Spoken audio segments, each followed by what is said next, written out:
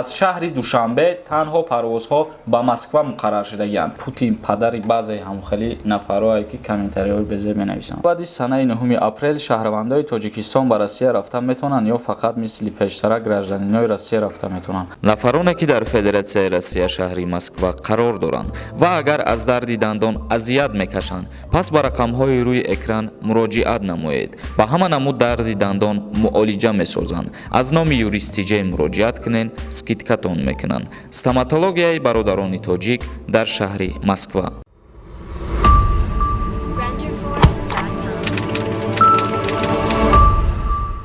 ассалому алайкум ба ҳама тамошобинони барномаҳои Сорбон Сафаров канали Юристиҷей. Видеои имрӯзаи мо як хушхабари дигар баҳри ҳама нафароне ки мехоҳанд аз ҷумҳурии Тоҷикистон ба Федератсияи Россия сафар кунанд. Яъне ки ба ҳамаи мо шумо маълум аст ва маълум буд ки ҳукумати Россия иҷоза дод парвозҳои доимира танҳо аз шаҳри Душанбе ба Москва бо ширкатҳои ҳавопаймоии Somon Air ва Ютер. хушбахтона дар як ҷаласаи дигар иҷоза доданд парвозҳоро аз шаҳри Хуҷанд низ ба ҳама шаҳрҳои Федератсияи Россия. чихеле ки мо дар барномаҳои пештара қайд намуда будем, ягон асос дар кор нест. чихеле ки вақтҳои пеш ягон справкаҳои духтур мегирифтен ё ки ба воситаи гражданствои падар модар сафар мекарден мерафтен, айни ҳол бе ҳами асосҳо шумо метавонед ки ба Федератсияи Россия бирен. танҳо як маълумотномаи тиббӣ барои беморӣ дастрас мекунен ва ӯ маълумотномаи тиббӣ набояд дертар аз 72 соат дастрас кардагӣ бошанд. ва ногуфта намона ки аз Қурған, аз Кӯлоб, аз шаҳри Душанбе, аз Хуҷанд парвозҳо ба Федератсияи Россия муқаррар шудагӣ ҳастанд. аз шаҳри Душанбе танҳо парвозҳо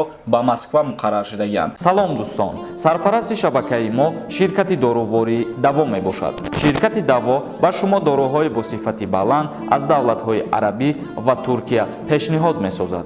Миноксидил барои баровардани риш ва мӯи сар мебошад. Самюнван бошад барои иштиҳо омадан ва барои вазн гирифтан мебошад. Эпимедиум неопаста барои зиёд кардани қувваи мардинагӣ ва дигар дороҳои гиёҳӣ шумо метавонед аз ширкати дорувории Даво дарёфт созед. Доставка ба ҳама шаҳрҳои Федератсияи Россия карда мешавад. рақамҳо дар рӯи экран. суроғаи ширкати Даво дар шаҳри Москва, кӯчаи Складочная, дом 1, строения 18, падези 8 ва ошёнаи 4 бо ширкати дорувории Даво бошед. ва аз шаҳри Хуҷанд боша ба ҳама шаҳрҳои Федератсияи Россия парвоз кардан мумкин аст. ва ногуфта намона ки шаби гузашта якумин парвоз пас аз баста будани марзҳо пас аз баста кардани рейсҳо дишаб аз аэропорти Хуҷанд ба аэропорти Жуковскии Федератсияи Россия парвози худша ба анҷом расонид. ва нархи билетҳо аз шаҳри Хуҷанд шурӯъ мешаванд аз 5000 сомон. аз 5000 сомон сар мешавад ва мумкин ҳамихе қиматтарам боша. касое ки агар дар рейси дирӯза ба Федератсияи Россия рафтан аз аэропорти Хуҷанд дар комментария бинависен то ки дигарорам бибинанд бохабар бишаванд. акнун шурӯъ мекунем хондани комментарияҳоро. гӯш кунед ва ба саволҳоятон ҷавоб бигиред. Баҳодур Одинаев нависай. Акай юристиҷаи маълумотномаи тиббӣ мегӯй. ай куҷо оригиналша мегирӣ? Дар Москва ай аэропорт мегирӣ ё ки дар Тоҷикистон ай ҷо мегирӣ? Раҳмат барои ответ. маълумотномаи тиббиро пеш аз парвоз кардан, пеш аз самолёт ворид шудан бояд шумо аллакай гирифтагӣ бошед. дар шаҳри Душанбе касое ки қарор доранд аз Диамед метавонанд ки ҳамин маълумотномаро дастрас кунанд. як каси дигар нависаи Ҳисор 07. Somon Air имрӯз 4 аз Душанбе ба Москва парвоз кард. зиёда аз 180 нафара ба Москва бурд. яъне ки дирӯза дар назар доштаи бародармон албатта дуруст қайд кардагӣ ва ҳамчунин рӯзи 6 апрелам низ ширкати Somon Air парвоз дорад ба Москва ва 9 аз шаҳри Душанбе ширкати Ютер парвоз дорад. ва ҳар касе ки ба тариқи ҳамин гуна парвозҳо аллакай ба Россия рафтанд дар комментария бинависед. Дадаҷонова нависай. акаҷон баъди санаи 9 апрел шаҳравандои Тоҷикистон ба Россия рафта метавонанд ё фақат мисли пештара гражданинои Россия рафта метавонанд? ҳар касе ки билет харидагии шаҳравандӣ дора ё ки надора рафта метавонад. Баха Қурбонов нависай. салом алайкум сози акаи Сорбон, шумо хеле хуб мефаҳмонед. ҳамин мо метавонем Қазоқистон бирем, самолёт кати Аюҷа Россия бирем. бахшиш ака ҷавоб дед худованд нигаҳбонат боша акаи Сорбон. Шуморо ҳам худованд нигаҳбон боша ҳамчунин ва мутаассифона шумо наметавонед ки ба воситаи давлати сеюм вориди Федератсияи Россия бигардед. танҳо як-ду ҳолатҳои заруриро иҷоза додагӣ ҳастанд, дар ҳоле ки шумо мисол дар Қазоқистон қарор доред ё ки дар Турсия ё ки дар ягон давлати дигар ва агар парвозҳои ҳамун давлат ба Россия кушода боша, ҳолати зарурат боша, иҷозат метиҳанд ва дар дигар ҳолатҳо ба воситаи давлати сеюм рафта намешавад. ҷобир ҳоҷиматов нависад: салом брат, ҳамин комментарияи мара илтимос хон. ҳамин одамое ки ҳар хел гап мезананд ва ё аз бахилишона чӣ гуфтанша намедонанд, та ҳар хел гапҳо мезананд, лучи сарта вайрон нахонам ин комментора. тия мефаҳманд. Карочи 100 сола шави. Саломи ман аз ноҳияи Ашти Шайдон. ҳазор раҳмати калом бародари азиз, ва мо ба назар намегирем касе чизе менависа ё касе нисбати мо чӣ фикре дора, вай фикри шахсии ӯ, мо фикри ҳеҷ каса иваз кардарам наметонем ва дар бораи ӯ ҳичрам гуфтанӣ нестам. Сангин нависад: агар шумо да маъқул не гӯш накунед, гапҳои безеб ҳам нанависед. То қадри имкон бародармон ёрӣ дода истад. ин ҳамае ки ҷо медонад паго чӣ меша. Путин бобош нестае ку.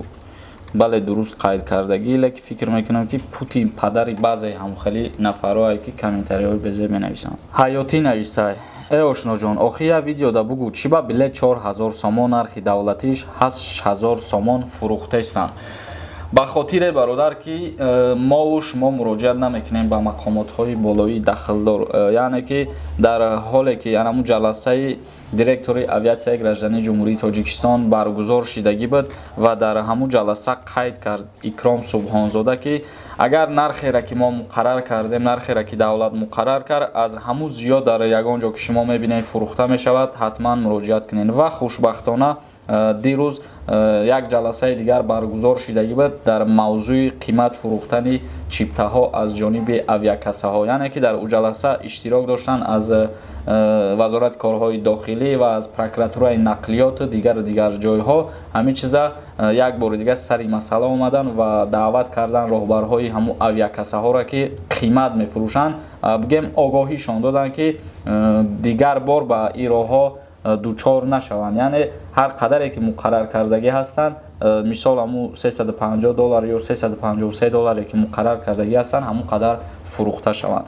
ва агар ҳар каси шумое ки мебинед чиптара 8000 10000 ё ягон касе ки ба шумо 15000 ваъдатон мета, бирем ба мақомотҳои болоӣ муроҷиат кунем. Шокиров нависад: ассалому алайкум ака, вақте ки мо парвози доимӣ қатъи ба Россия меравем, ягон проблема намешавад, мисол патенти ё ягон кори документ кардан, ягон проблема намешавад, ҳамун ҳуҷҷатгузориҳотона дуруст тахт кунед, кору фаъолият кардан мегирем. Файзиева нависад: илтимос акаҷон, ба саволи ман ҷавоб мегуфтед. Ман шаҳрванди Россия нестам, не ки бояд равам. Аз шаҳри Душанбе танҳо метавонед ки шумо ба Федератсияи Россия интиқол дода шавед. аз шаҳри Хуҷанд ё ки Қурған дигар ҷойҳо метавонанд рафта, ҳам шахсиятҳои рафта метавонанд ки шаҳрвандӣ доранд. умуман бигирем, агар аз шаҳри Хуҷанд ба ҳама шаҳрҳои Федератсияи Россия иҷозат додагӣ ҳастанд барои рафтан. бародарони азиз, видеоро ҷамъбаст мекунем. ягон саволи дигар дошта бошед, дар комментария саволтонро бинависед ва дар канали Юристиҷей обуна шидан фаромӯш намекунед. худованд ҳамаи мо шуморо нигаҳбон бошад. то барномаҳои нав.